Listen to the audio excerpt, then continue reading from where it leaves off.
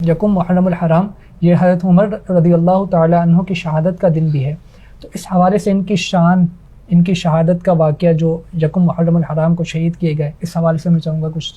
بیان فرما دیں۔ حضرت عمر رضی اللہ تعالی عنہ اسلام کے دوسرے خلیفہ ہیں۔ صدیق اکبر رضی اللہ تعالی عنہ کے بعد حضرت عمر رضی اللہ تعالی عنہ کے دست مبارک پر صحابہ کرام علیہم رضوان نے، اہل بیت اطہار نے یہ خلافت پر بیعت کی تھی، اور سب کے متفقہ رائے سے صدیق اکبر رضی اللہ عنہ کے بعد حضرت عمر فاروق رضی اللہ تعالیٰ عنہ خلیفۃ المسلمین امیر المؤمنین مقرر ہوئے۔ حضرت عمر رضی اللہ تعالیٰ عنہ کا جو دور خلافت تھا، یہ فتوحات کا دور تھا۔ بڑے بڑے شہر جو کفار کی سلطنتیں جہاں تھیں وہ سب زیر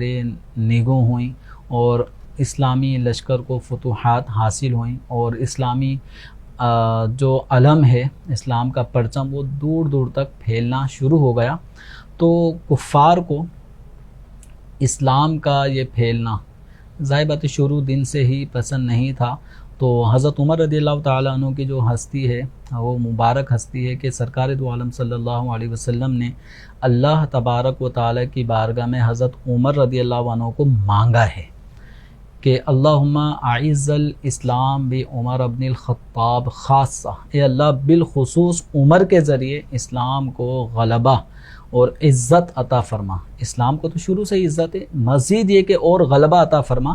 تو دین اسلام حضرت عمر رضی اللہ تعالیٰ عنہ نے جب قبول کیا تو مسلمانوں میں ایک الگ ہی ایک عجب، ایک قوت، طاقت کا ایک سلسلہ ہوا۔ تو حضرت عمر رضی اللہ تعالیٰ عنہ کے اسلام لانے کے بعد بھی مسلمان کھل کر اپنے اسلام کو بھی ظاہر کرنے لگے، اور آزمائش کا بھی سلسلہ بہرحال رہا۔ تو حضرت عمر رضی اللہ تعالی عنہ آپ فجر کی نماز کے لیے جب جائے نماز، جو مصلی امامت کی جگہ ہوتی ہے، تو آپ امامت کے مصلی پر جب تشریف لائیں تو اس دوران ابو لؤلؤ فیروز مجوسی اس شخص نے حضرت عمر رضی اللہ تعالی عنہ کی شہادت کے حوالے سے پورا ایک پلان تیار کیا ہوا تھا۔ تو اس کا جو خنجر تھا وہ زہر میں آلود ایک خنجر لے کر وہ حضرت عمر رضی اللہ تعالی عنہ کو شہید کرنے کے ناپاک ارادے سے فجر کی نماز میں وہ بھی آیا، اور حضرت عمر رضی اللہ عنہ نے جیسی نماز کو شروع کیا تو یہ آگے بڑھتے حضرت عمر رضی اللہ عنہ کے سینے پر، پیٹ پر اس نے کافی وار کیے، اور جب اس کو پکڑنے لگے تو اس دوران بھی اس نے کئی ایک صحابہ کو زخمی کیا، کچھ صحابہ اس دوران وہ بھی شہید ہوئے، اور جب یہ پکڑا گیا تو اس نے اپنے آپ کو ہی خودکشی کر کے اپنے آپ کو موت کے گھاٹ اتار دیا۔ حضرت عمر رضی اللہ تعالیٰ عنہ کو جو زخمی کرنے کا یہ عمل تھا، یہ ماہ ذی الحجہ کے آخری ایام میں حضرت عمر رضی اللہ تعالیٰ عنہ شدید زخمی ہوئے، اور حضرت عمر رضی اللہ تعالیٰ عنہ کی جو زخمی حالت میں آپ تھوڑے سے آپ پر بے ہوشی بھی طاری ہوئی۔ جب آپ ہوش میں آئے تو آپ کا پہلا سوال یہ تھا کہ کیا نماز کا وقت باقی ہے؟ تو بتایا گیا کہ جی ہاں، نماز کا وقت باقی ہے۔ اب اس وقت جو نماز پڑھنے کی پوزیشن تھی تو حضرت عمر رضی اللہ تعالی عنہ نے نماز فجر ادا کی، اور فرمایا کہ نماز کے بغیر آدمی کس کام کا ہے۔ پھر آپ کے زخم اس قدر گہرے تھے کہ حضرت عمر رضی اللہ عنہ کو کوئی لیکوڈ شے، یعنی جیسے دودھ وغیرہ اس طرح کی کوئی چیز آپ کو پلائی جاتی تو وہ زخموں سے، یعنی پیٹ کے ذریعے سے باہر بھی نکل جایا کرتی تھی۔ تو آپ کا زخم اس قدر بہت زیادہ گہرا تھا، اور اسی زخموں سے آگے چلتے چلتے پھر یکم محرم الحرام حضرت عمر رضی اللہ تعالیٰ عنہ کا وصال ہوا۔ تو چونکہ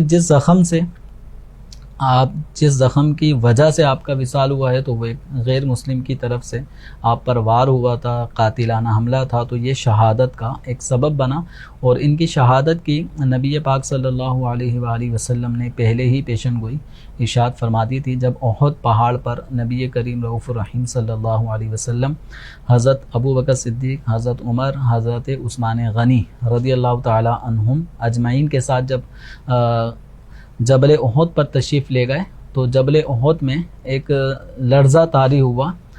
زلزلہ آیا، جس کو ہم عشق کی زبان میں یہ کہیں گے کہ اتنی مقدس ہستیوں کو اپنے دامن میں دیکھ کر وہ جبل احد خوشی سے پھولے نہیں سما رہا تھا، ہلنے لگا، وزن میں آ گیا، تو آپ صلی اللہ علیہ وسلم نے فرمایا اثبت احد، اے احد ٹھہر جا،